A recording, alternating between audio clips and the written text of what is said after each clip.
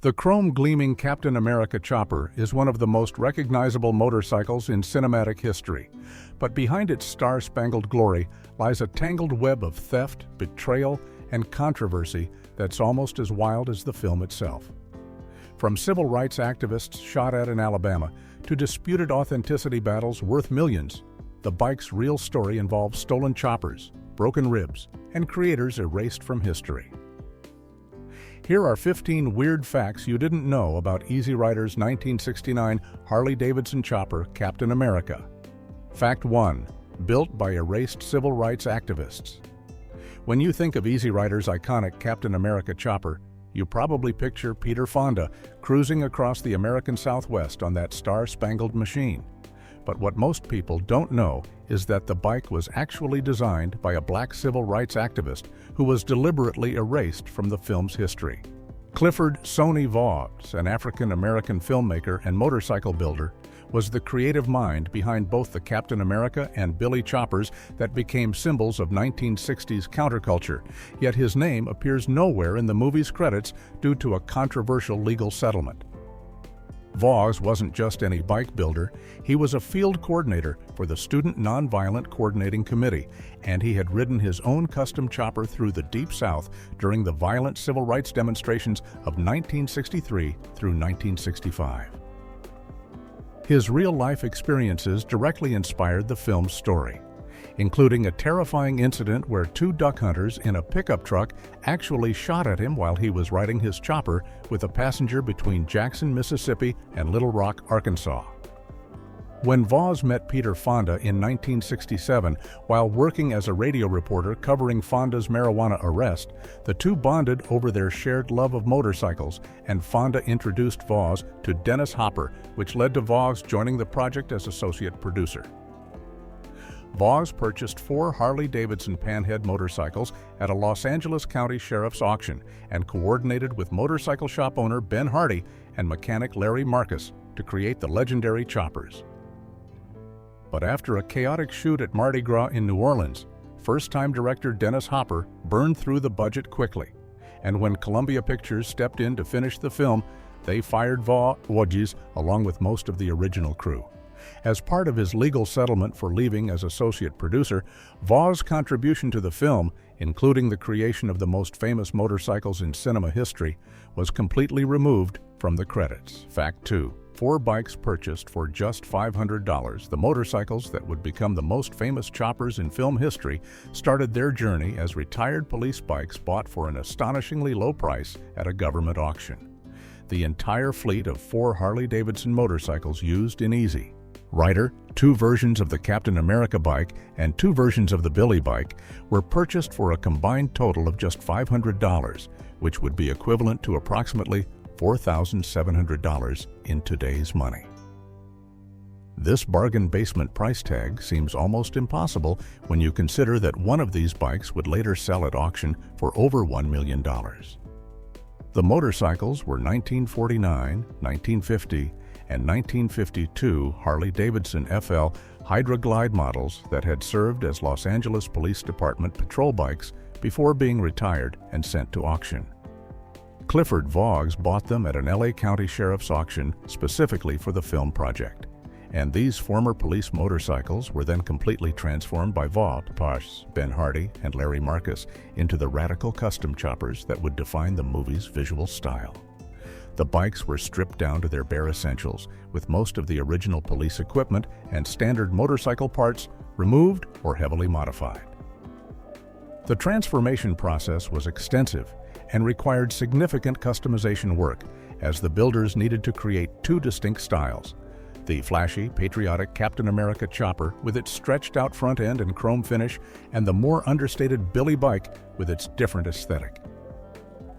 What's particularly interesting is that the production needed backup versions of each motorcycle to ensure filming could continue if one of the old machines broke down or got damaged accidentally during the shoot, which was a smart decision, considering they were working with decades-old motorcycles that had already seen plenty of hard use during their time in police service. Fact 3. 3 bikes stolen at gunpoint. One of the most mysterious and frustrating chapters in the Captain America saga is the disappearance of 3 of the 4 motorcycles immediately after filming Wrapped, and according to legend, they were stolen at gunpoint in what remains one of Hollywood's most intriguing unsolved thefts. The remaining 3 bikes, 1 Captain America and both Billy bikes, were allegedly taken from stuntman Tex Hall right after production ended, and despite more than 50 years passing since the theft, none of these motorcycles have ever been recovered or definitively identified. The only bike that escaped the robbery was the Captain America stunt bike that had been crashed and partially destroyed during the filming of the movie's explosive finale. The most persistent rumor surrounding the theft is that members of the Hells Angels Motorcycle Club were responsible for stealing the bikes, and some people believe the stolen choppers may still be sitting in a clubhouse somewhere, possibly in Oakland, California. However, no former club insiders have ever confirmed this story publicly, which seems strange considering that after more than 5 decades, you would think someone would have come forward, since there's no real legal threat at this point. The theft happened before anyone realized just how culturally significant these motorcycles would become, so it's likely that whoever took them either broke them down for parts without understanding their value, or they're being kept hidden by collectors who know they can never openly display them. Peter Fonda was reportedly furious about the theft because he had wanted to keep the bikes for publicity purposes and as personal mementos of the film, but the Captain America that was stolen was actually the one he had ridden most during filming, which means the true original hero bike, the one seen in most of the movie's iconic riding scenes, has been lost to history and may never be found. Fact 4. The final campfire scene. Shot without bikes. The most famous line in Easy Rider, when Wyatt looks into the campfire and tells Billy "we blew it," was almost never filmed at all, and the scene had to be shot weeks after the production wrapped because Dennis Hopper and Peter Fonda completely forgot to include it in their shooting schedule. This production oversight explains one of the movie's subtle visual inconsistencies that attentive viewers might notice, which is that the iconic Captain America and Billy bikes are nowhere to be seen in the background of this crucial final campfire scene, even though the motorcycles are clearly visible behind the characters in all the other campfire sequences throughout the film. After Hopper and Fonda hosted a wrap party to celebrate finishing the movie, they suddenly realized they had forgotten to shoot the second campfire scene where Wyatt delivers his enigmatic statement about blowing it, which foreshadows the film's tragic ending and has been debated by audiences for decades. By this point, however, the 3 remaining motorcycles had already been stolen, so the filmmakers had no choice but to shoot the scene without them. Peter Fonda later explained that they assembled the crew and went into the Santa Monica Mountains to film the sequence, and he specifically noted that if you don't light the scene, you can't see the difference in location, so they told themselves they were in Florida, even though they were clearly shooting much closer to Los Angeles. The scene also became the subject of creative disagreements between Hopper and Fonda, as Hopper wanted Fonda to deliver a lengthy speech about blowing their inheritance and messing up their heritage, but Fonda preferred to mumble the line in a more understated way, inspired by Warren Beatty's acting style, and Hopper eventually agreed once they filmed it and saw how effective the minimalist approach worked on screen. Fact 5. Dennis Hopper's 220-minute cut disaster. Dennis Hopper's first attempt at editing Easy Rider was an absolutely disastrous version that ran 220 minutes long and was heavily inspired by Stanley Kubrick's 2001, A Space Odyssey, complete with extensive flash-forward sequences that inserted scenes from later in the movie into the current action throughout the film. The editing process took Hopper 22 weeks to complete, but what he delivered was nearly 4 hours of footage that was completely unwatchable, and the situation was made even worse by the fact that Hopper fundamentally misunderstood how film editing actually worked due to his outdated knowledge of splicing techniques. According to producer Bill Hayward, Hopper's knowledge of editing came from the old days of hot splicing, which was a technique where you cut into a frame every time you made a splice, permanently losing that frame in the process.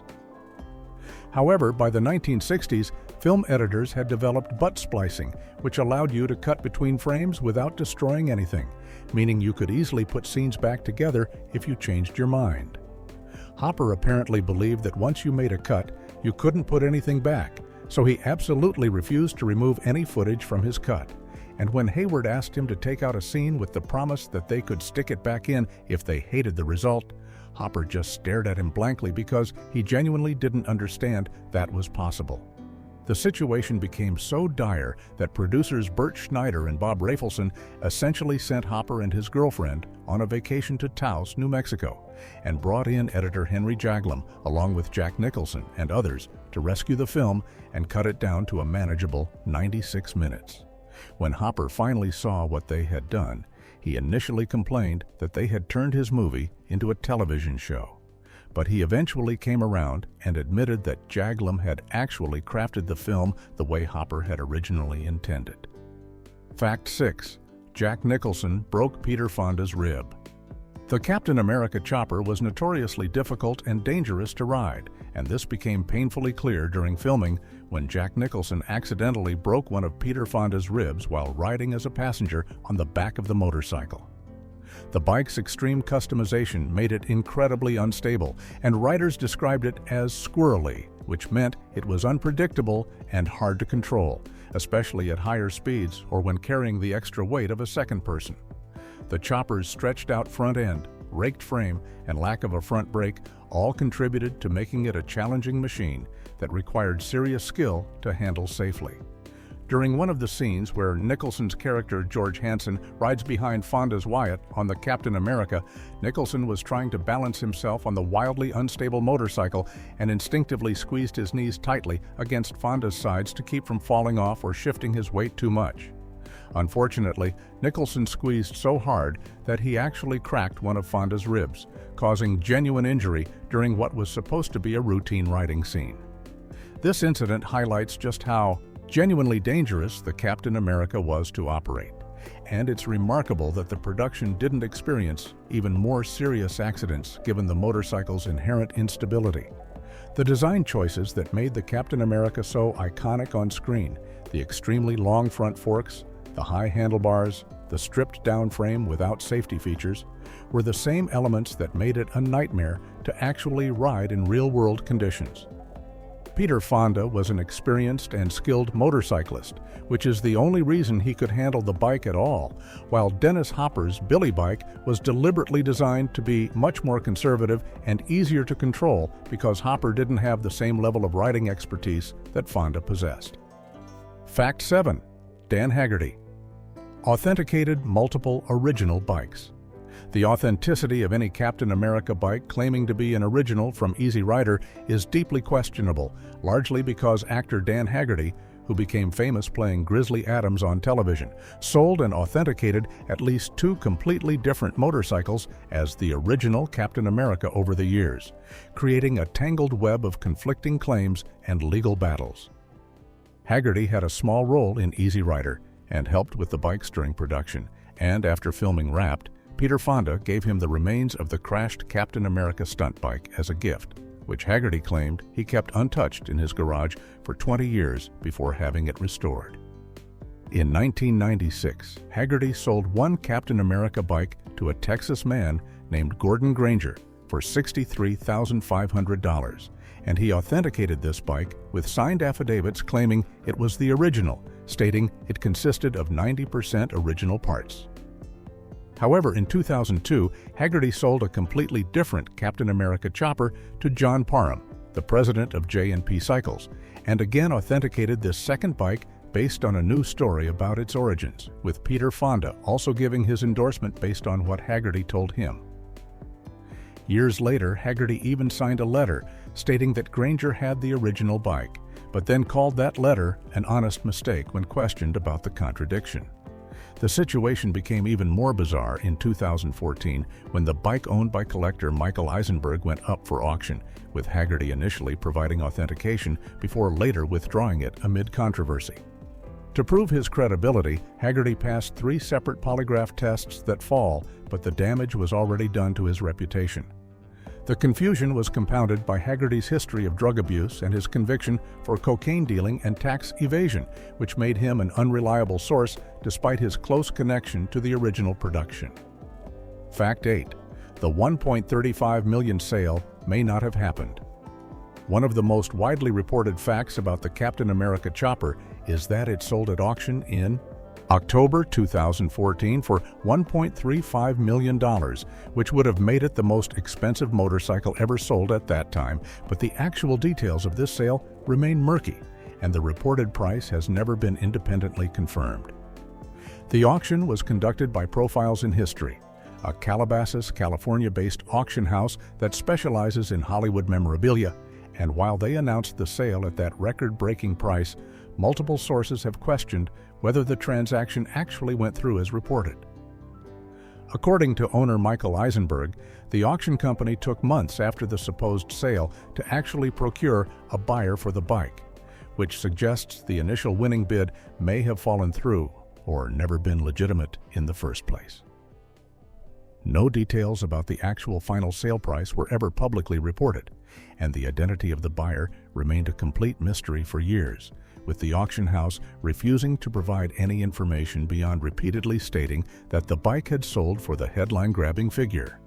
When pressed by journalists about whether the sale had actually been finalized, a spokeswoman for Profiles in History would only send a press release from October proclaiming the $1.35 million sale and insist that it had been printed in the Los Angeles Times, which didn't actually answer the question.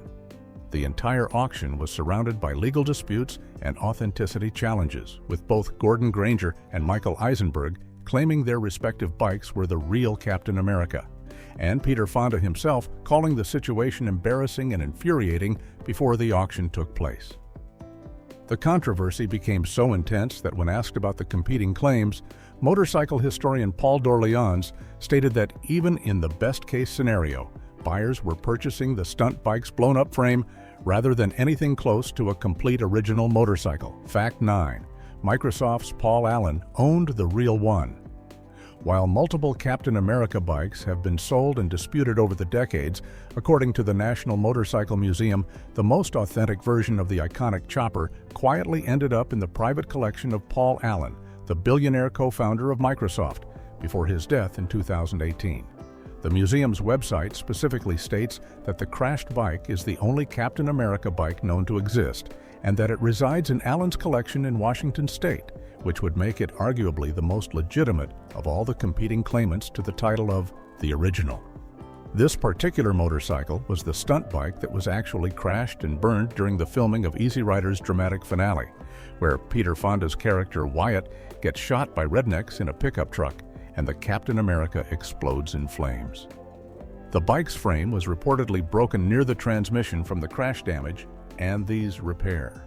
Welds can still be seen on the frame's down tube between the engine and transmission, which provides physical evidence that this specific motorcycle was indeed used in that climactic scene.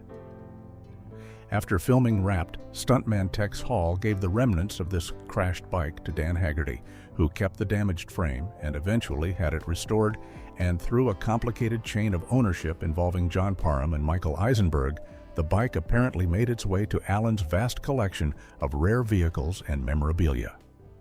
Paul Allen was known for being an avid collector with a particular passion for rare aircraft, vintage cars, and pieces of American cultural history, so it makes perfect sense that he would have been interested in acquiring such an iconic motorcycle. The fact that this bike ended up in Allen's private collection, rather than being publicly displayed, means that most people have never actually seen what is likely the most authentic Captain America chopper still in existence. Fact 10. Cliff Vaugh, Zaz, named the film. The iconic title, Easy Rider, didn't come from Peter Fonda or Dennis Hopper, but rather from Clifford Vaugh, Oz, the motorcycle designer who would later be erased from the film's credits. And the inspiration came from a piece of homemade artwork hanging in his West Hollywood living room. Voss had created a handmade poster featuring collaged letters that spelled out the phrase, "Where has my Easy Rider gone?" which was taken from a classic Mae West song called "I Wonder Where My Easy Rider's Gone" from the 1920s, and this poster was positioned above another poster from the Mae West film She Done Him Wrong. When Peter Fonda and Dennis Hopper visited Vaugh's house to discuss the motorcycle movie project they wanted to make, which was originally called The Loners, They saw this poster on the wall and were immediately struck by the phrase. The term Easy Rider had a double meaning in the original blues and jazz context. It referred both to someone who lived an untroubled, carefree lifestyle and also had connotations related to the world of prostitution and people who lived off the earnings of sex workers, which added a layer of meaning that fit perfectly with the film's themes of drugs, freedom, and countercultural rebellion. Voss claims that he specifically came up with the title for the film after Fonda introduced him to the project idea, describing it as a motorcycle western-type movie. The contribution of the title is particularly significant because Easy Rider became one of the most recognizable and culturally resonant film titles of the 1960s, perfectly capturing the spirit of the era and the film's exploration of freedom and the open road. The fact that Voss provided both the motorcycles and the title for the movie makes his erasure from the credits even more unfortunate, as these two elements are arguably the most memorable aspects of the entire production. Fact 11. The bike was designed from civil rights experiences. The Captain America and Billy Choppers weren't just random custom motorcycles, they were directly inspired by the chopper designs that had been popular among black motorcyclists for years, and Cliff Voss drew heavily from his own harrowing experiences riding through the dangerous Deep South during the height of the Civil Rights Movement. Voss had been working as a field coordinator for the Student Nonviolent Coordinating Committee between 1963 and 1965, and he would ride his custom blue knucklehead chopper to visit sharecroppers in remote areas of Alabama and Mississippi, using the motorcycle as a visible symbol of black freedom and independence in places where such displays were extremely dangerous. During one particularly terrifying incident that directly inspired Easy Rider's story, Voss was riding his chopper with a passenger named Iris Greenberg on the back somewhere between Jackson, Mississippi and Little Rock, Arkansas, when a pickup truck carrying two duck hunters passed them going in the opposite direction. The truck suddenly stopped, turned around, and began pursuing them, and one of the hunters actually took a shot at Voss and his passenger from behind, though fortunately the bullet missed and the truck didn't continue chasing them after that. Voss later shared this experience during multiple meetings with Peter Fonda and Dennis Hopper while they were developing the film's story, and this real-life incident of being shot at by rednecks in a pickup truck became the basis for Easy Rider's shocking and tragic ending.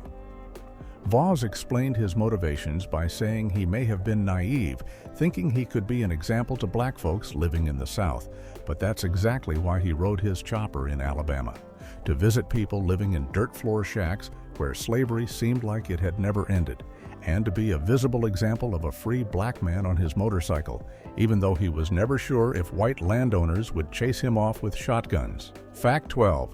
Peter Fonda falsely claimed he built them.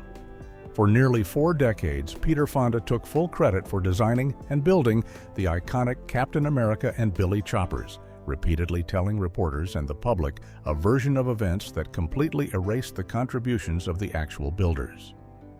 In a 2007 interview, Fonda stated directly, "I built the motorcycles that I rode and Dennis rode. I bought 4 of them from the Los Angeles Police Department," which was a claim he made consistently throughout his career whenever asked about the famous bikes. This false narrative became the accepted history of the motorcycles for most of that time, and it wasn't until 2009 that the truth finally began to emerge publicly. The breakthrough came when Dennis Hopper recorded an audio commentary track for a DVD release of Easy Rider, and in that commentary, Hopper explicitly stated that Clifford, Voss, built the bikes, built the chopper, directly contradicting decades of Fonda's claims. This acknowledgement from Hopper, who had been Fonda's partner throughout the film's production, was the first time someone with direct involvement in the movie had publicly credited Voss on the record. Larry Marcus, a mechanic who lived with Voss at the time and worked on the choppers, later confirmed this account by stating that Cliff really came up with the design for both motorcycles. Motorcycle historian Paul Dorleans, author of the book The Chopper, The Real Story, has been particularly critical of Fonda's actions, calling what Fonda did despicable for taking credit that rightfully belonged to Voss Oz and Ben Hardy. The fact that Fonda maintained this false story for so many years, even as Vogts lived in relative obscurity without recognition for his groundbreaking work, represents one of the more unfortunate examples of how contributions from African American creators were systematically erased from Hollywood history during this era. Fact 13. Dennis Hopper. Thought he couldn't edit, Dennis Hopper's disastrous first attempt at editing Easy Rider was made infinitely worse by a fundamental misunderstanding of how film editing actually worked, and this technical ignorance meant he absolutely refused to cut any footage from his assembly because he genuinely believed that once you made a cut, you could never put that footage back into the film.